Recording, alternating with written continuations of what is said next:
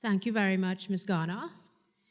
Mr. Mariano Brown, Chief Executive Officer of the Arthur Lockjack GSB, Dr. Ron Sukram, Academic Director of the Arthur Lockjack Global School of Business, members of the Alumni Board who are here, Dr. Roland Bertrand and Ms. Cavell Joseph, and to all of you graduates from the years 2020, 2021, and 2022 across the 10 master's programs, the undergraduate program, and of course the DBA program. Good evening and welcome.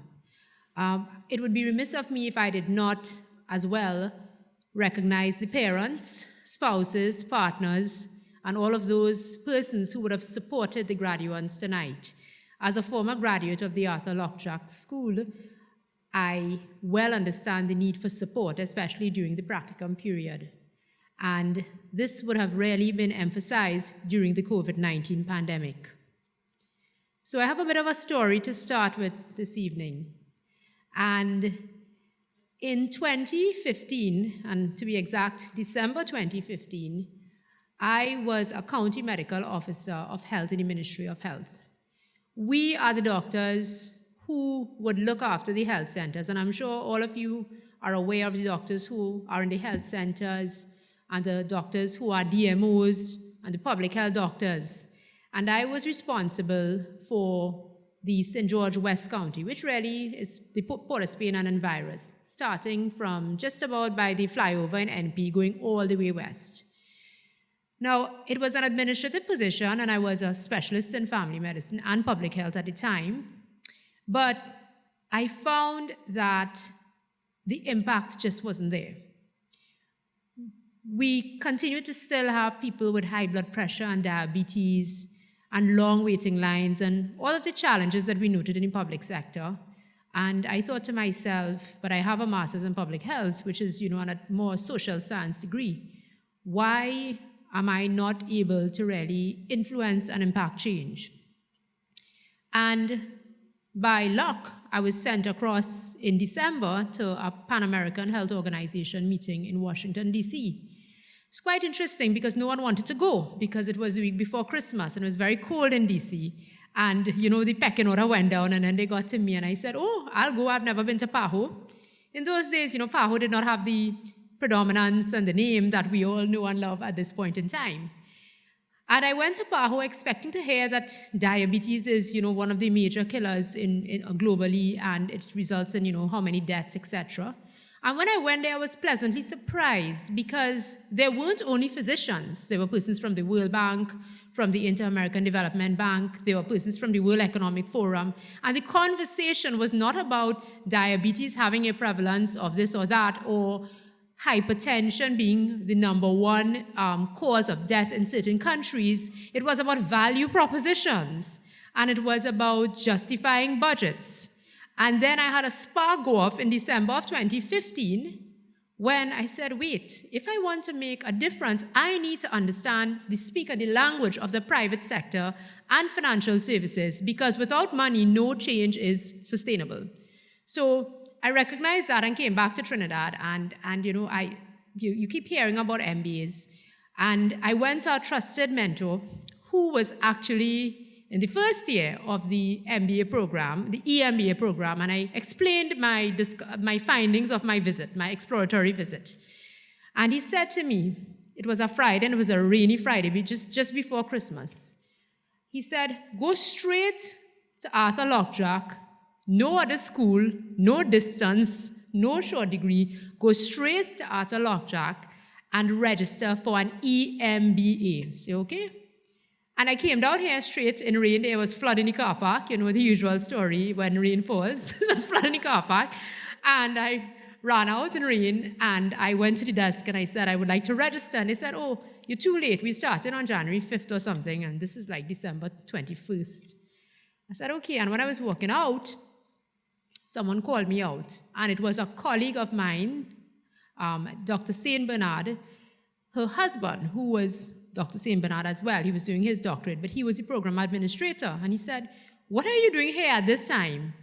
And I explained to him, well, I was told to come and look at the EMBA because I wanted to learn about financing and I wanted to learn about private sector things. That was my speak in those days. But they told me the program is closed off and I'll have to come back maybe in September.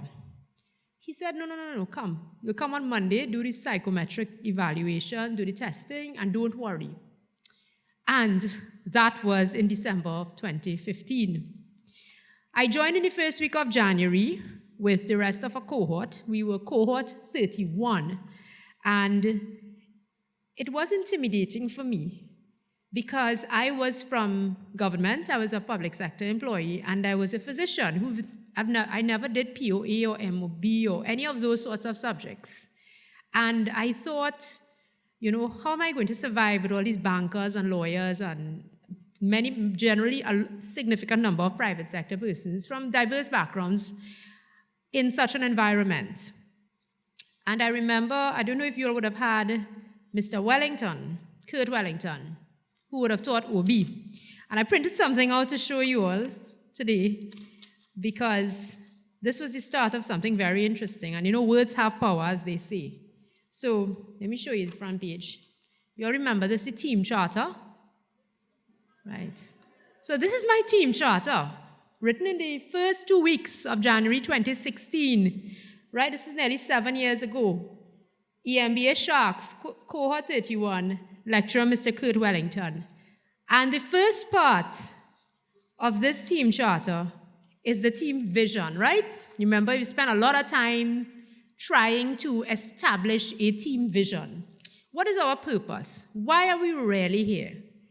And this is the team vision that has not been edited by any way. That was done, that I came up with my team in January of 2016. To become exemplary, innovative leaders in Trinidad and Tobago, and by extension the Caribbean, who will positively impact business and society with a culture of passion, integrity, innovation, and commitment. Ladies and gentlemen, this is where I am in December of 2022.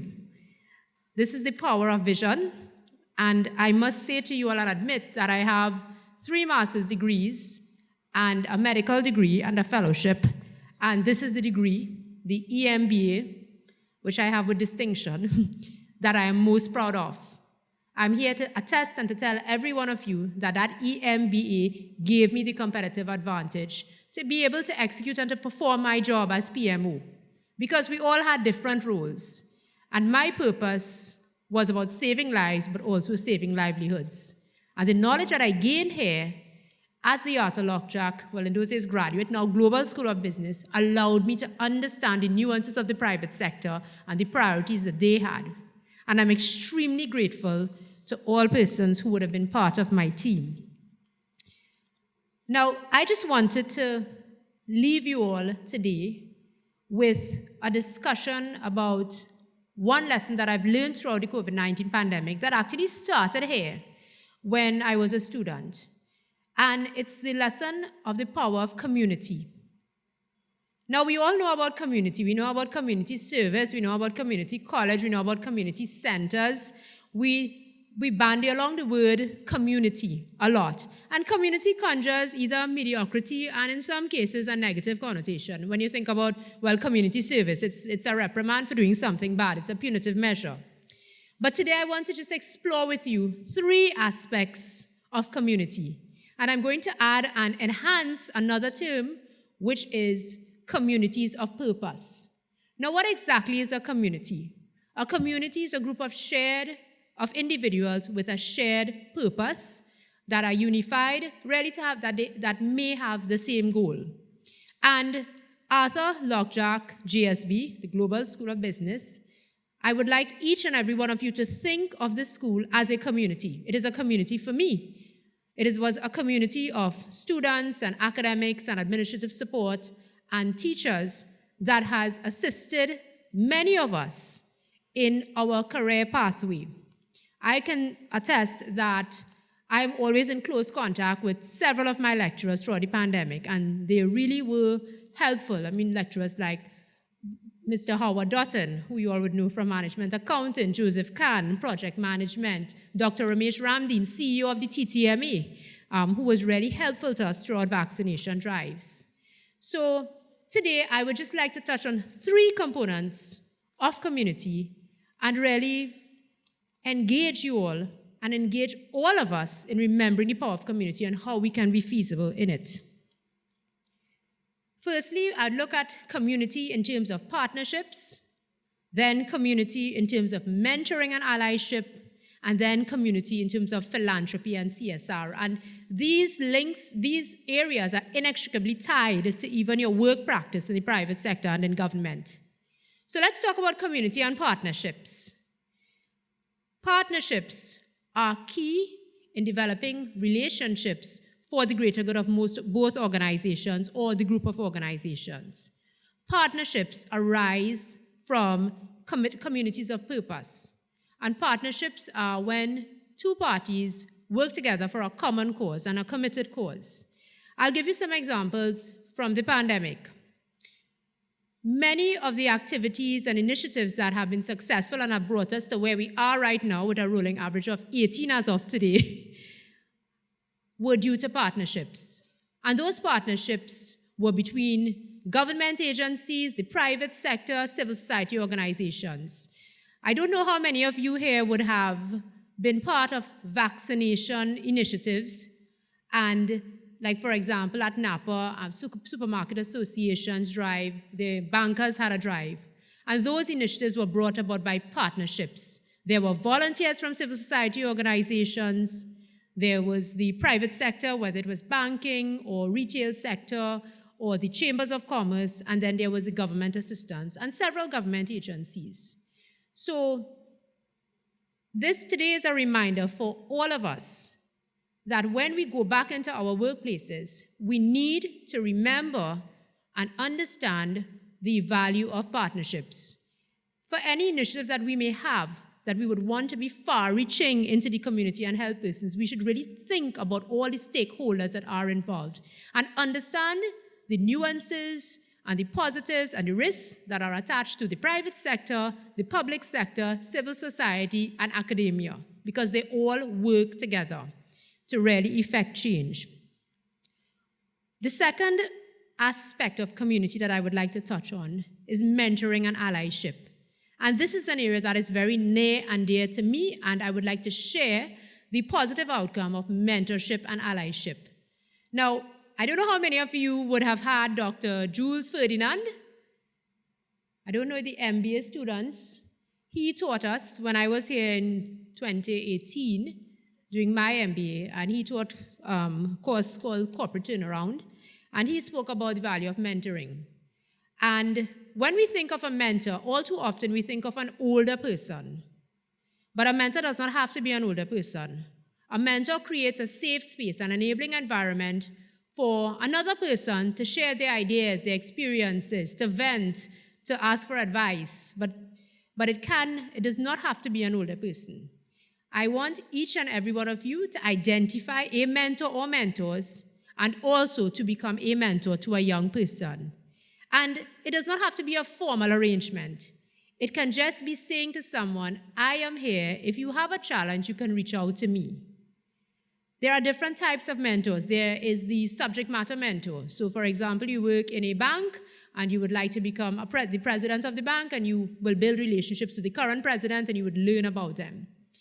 There's a co-pilot mentor, very interesting one that I quite like, where you team up with someone who has similar career aspirations, who's at the same level in an organization as you, and you all coach each other. You say, okay, you did this well, or you didn't do this well, and so on. And then there is the third type of mentor, which is the reverse mentor. And that is when you yourself as a mentor, as a mentee, start to mentor another young person. There's also the concept of allyship, where you have sponsors in your organization who will give a good third-party reference about you. And it's important that you identify these persons and work with them. You give back as a mentor yourself, but you also identify mentors. There are so many persons in corporate Trinidad and Tobago and in government who are more than willing to facilitate and to be mentors. The last aspect about community is about giving back. philanthropy, and what we say corporate social responsibility. Now, ESG, which stands for environmental, social, and governance, is the new buzzword in the post-pandemic era. And I'm being very, I'm saying buzzword here. A significant part of the ESG initiatives is the social part. And in your organization and through collective efforts, please make efforts to really support a cause. It does not have to be many causes. Select a cause. If it's empowering, women who have been abused, if it is helping vulnerable populations, the elderly, the mentally ill, migrant children, if it is helping persons to read, if it is about helping persons, for example, and young children and mentoring them, if it is about collecting foodstuff to distribute, get involved. And because this give back and this whole concept of community really will help our society and our economy to grow when we support each other. Now, on an individual level, you can also support and give back. And one of the ways that you can support and give back would be to your school. As I said earlier, I am a proud graduate of this school. It is a degree that I am proudest of, probably because of the many nights I have spent here upstairs in the corner, till very late, been locked in and everything. But we all need to support the school. We all need to work together collectively to build a powerful alumni association. In the same way that Harvard graduates are recognized and graduates at Cambridge, and they look out for each other, we have to build that network. We are the premier business school in this region. We have approximately 518 graduates across 10 master's programs from countries as diverse as Suriname, Guyana, Grenada, Barbados, St. Vincent, and Jamaica, and of course Trinidad and Tobago. So we are powerful. We are powerful in numbers, we are powerful in skill set, we are powerful in experience, in networks, and so many other things. But we need to work together and we need to work collectively. So this evening, I would like to leave you with the message of giving back. We spoke about business partnerships and private sector, public sector, NGO collaborations in the workplace to improve society and our region. We spoke about mentorship and allyship in terms of assisting those that we have, persons that we are in contact with and around us. And now I bring it down to you and helping our school. Please read about the alumni community. You see, we use the word community here as well. Renato has done a great job in keeping our alumni association together and throughout COVID. That is since 2019 onwards. Let us please review all the necessary documentation. Please put in your information on the app that is going to be launched shortly. That is where the information with respect to your biodata comes in, because it can link you with other persons in the network. Also, if you can, try your best to attend mixers and meet other graduates and other alumni. Who knows? There may be an opportunity there in a job. There may be opportunities in exposure or in a mentor. Try as well to find a mentee and assist them. Find a little sister or a little brother or someone who is going through an MBA course. We all know it can be very challenging, very, very challenging at times. And having someone who's done it and completed the program really can add some hope and motivation and inspiration to a younger person. It gives them a sense of hope and it brings resilience in terms of the process. As I close this evening, I would like to once again congratulate and commend every one of you. For me, this is really a special occasion, not just because I'm happy to be here, but because I missed my graduation in 2019. So I feel like I'm graduating. I was working abroad and unfortunately could not attend. So it's quite serendipitous that I'm back here. But please remember your roles. And the role of a leader is to inspire, to influence, to impact society in a positive manner with integrity. Thank you very much, everyone, and I hope you have a great night.